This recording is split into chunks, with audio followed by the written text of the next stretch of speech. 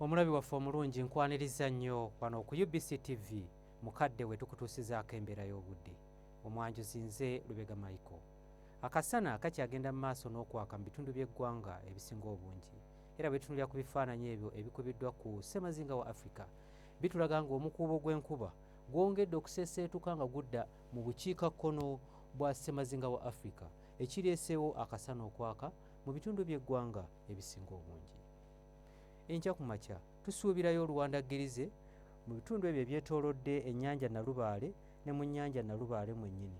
Ebitundu by'eggwanga ebisigaddewo ebirala tusuubira nti nno akasana kajja kkeera kwaka. Wabula olw'eggulu embeera eno tugisuubira okukyuka era nga tusuubira obudde okubeera obw'ekiddedde nga n'awamu n'okusingira ddala mu bitundu ebyo ebiri mu bukiikakkono bw'eggwanga lyaffe tusuubirayo enkuba okutonnya ng'erimu n'okubwatuka okw'eggulu. Lyo ebbugumu erya waggulu tulisuubira okutuuka ku degrees 29 mu bukiikakkono bw'eggwanga lyaffe, amasekkati g'eggwanga lyaffe n'ebitundu ebyo ebyebulunguludde ennyanja Nalubaale nga n'ekibuga Kampala mw'okitwalidde, ebbugumu erya waggulu tulisuubira okutuuka ku degrees 28. Ate yo mu nsozi ez'e Kabaale ebbugumu erya waggulu tulisuubira okutuuka ku degrees 24.